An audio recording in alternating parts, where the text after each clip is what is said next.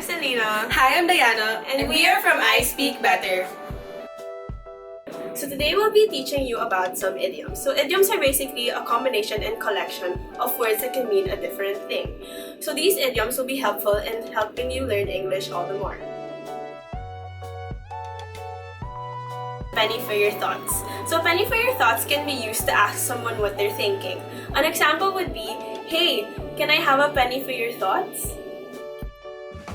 Your guess is as good as mine.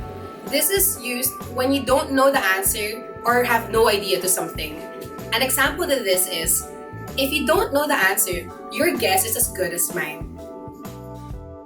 Blessing in disguise. Blessing in disguise can be used when something good is not noticed at first. So an example can be, "Hey, I lost my job today, but I guess it's a blessing in disguise."